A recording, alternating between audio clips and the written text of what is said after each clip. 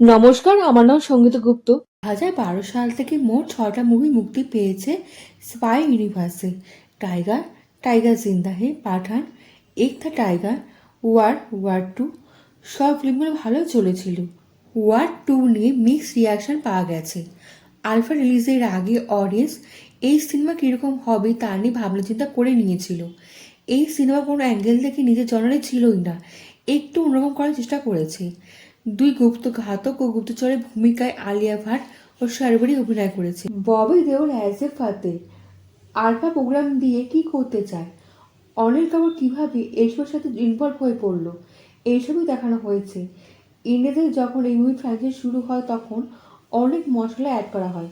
এই মুভি গল্প গতানুগতিক এবং হলিউড থেকে ইন্সপায়ার, যেমন ব্ল্যাক উইন্ডো এবং ক্যাপ্টেন আমেরিকা থেকে গল্প ধার করেছে বলে মনে হয়েছে। মাস অডিয়েন্সের জন্য কথা বলতে গেলে আলফা প্রোগ্রাম রিলেটেড দেখানো হয়েছে। এখানকার অডিয়েন্সের জন্য ঠিকই আছে। আলিয়া ভাট ভালো কাজ করেছে।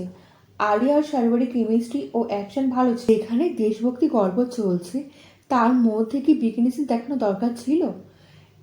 অ্যাকশন নিয়ে কোনো কথা হবে না, পরের সিন কী হবে আপনি আগে থেকেই বুঝতে পেরে যাবেন। স্পাই ইউনিভার্সের পেটিভের সিন দেখানো হচ্ছে মানে কি কিছু গন্ডগোল আছে? হৃতিকের ক্যামিও আগে থেকে দেখানো দরকারই ছিল না, সাসপেন্স বজায় রাখতে পারেনি। ওয়ার 2 দেখার পর না সবার ভরসাই উঠে গেছে।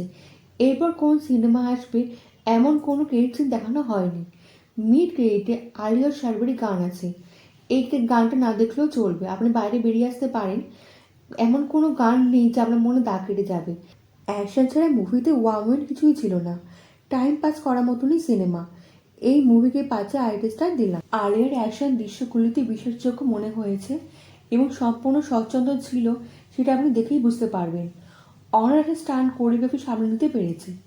সিনেমাতে একের পর এক টুইস্ট আসতে চলেছে, এই টুইস্টগুলো দেখতে দেখতে আপনি বিরক্ত হয়ে উঠবেন, আপনার ক্লান্তিকর মনে হবে। এই গল্পে কোনো কৌতূহল সৃষ্টি করার পরিবর্তে চমক সৃষ্টির ওপর মনোযোগ দিয়েছে। স্পাই থ্রিলার ও আবেগপূর্ণ পারিবারিক নাটকের মধ্যে এই সিনেমা গল্প দুলতে থাকে। আলিয়া ও শারবারি বিপদের সময় কে তাকে উদ্ধার করবে সেই অপেক্ষা থাকে না। তারা অসহায় নারী নয়, বিপদ দেখার সিদ্ধান্ত নিতে পারে এবং নিজেদের লড়াই নিজেরাই লড়তে পারে। রয়ের প্রধান অফিসার হিসাবে অনিল কাপুরের সংলাপ বলা ছাড়া কিছুই করার ছিল না। ডিজাইনার ড্রেস, মনোরম লোকেশন, বিকিনি, প্রচুর পরিমাণে শরীর প্রদর্শন, প্রধান অভিনেতাদের স্লো মোশনে হাঁটার শট, স্পাই ইউনিভার্সে ট্রেডমার্ক বৈশিষ্ট্য হয়ে গেছে। এটা এই সিনেমাতে দেখতে পাবেন। স্টাইলিশ প্রধান অভিনেত্রীদের এই সিনেমাতে উপস্থিত ছাড়া কিছুই করার ছিল না। ঋত্বিক এই সিনেমাতে কেন আছে আপনি বুঝতেই পারবেন না। ঋত্বিক এই সিনেমাতে কোনো অবদান রেখে যায় না, ফ্রান্সে টিকিয়ে রাখার জন্য প্রচেষ্টা করে গেছে বলে মনে হয়েছে। আলফা প্রায় পুরোটাই আলিয়া ভাটের শো হয়ে গেছে। এটি একইভাবে ছবিটির জন্য সবচেয়ে বড় আশীর্বাদ ও সবচেয়ে বড় দুর্বলতা। শক্তিশালী অভিনয় ও অসংলগ্ন চিত্রনাট্যের জন্য এই সিনেমা ঘাটতি পূরণ করতে পারে না। গল্পে এক পর্যায়ে এসে আপনি এই সিনেমার প্রতি আগ্রহ হারিয়ে ফেলবেন। সাধারণ দৃশ্যগুলো ও ঋত্বিকের অপ্রয়োজনীয় ক্যামিও এবং পারিবারিক অতি নাটকের একটি অংশ বাদ দিলে সম্ভবত বেশ ভালো স্পাই থ্রিলার লুকিয়ে আছে। চিত্রনাট্য লেখার জন্য ভালো লেখকের দরকার আছে। এই সিনেমাতে কোনো ভালো গল্পই নেই।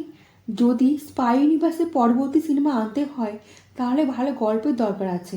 পারিবারিক নাটক দেখানো হয়েছে, স্পাই থ্রিলার নয়। 2.5 ঘন্টা সময় নষ্ট করবেন না, এই মুভি দেখার কোনো দরকারই নেই। এই ভিডিওটা আপনার কেমন লাগলো কমেন্টে জানাতে কিন্তু ভুলবেন না। লাইক ও সাবস্ক্রাইব করে দেবেন, দেশ বিদেশে বন্ধুর সঙ্গে ছড়িয়ে দেবেন। দেখা হচ্ছে পরবর্তী ভিডিওতে, ভালো থাকবেন।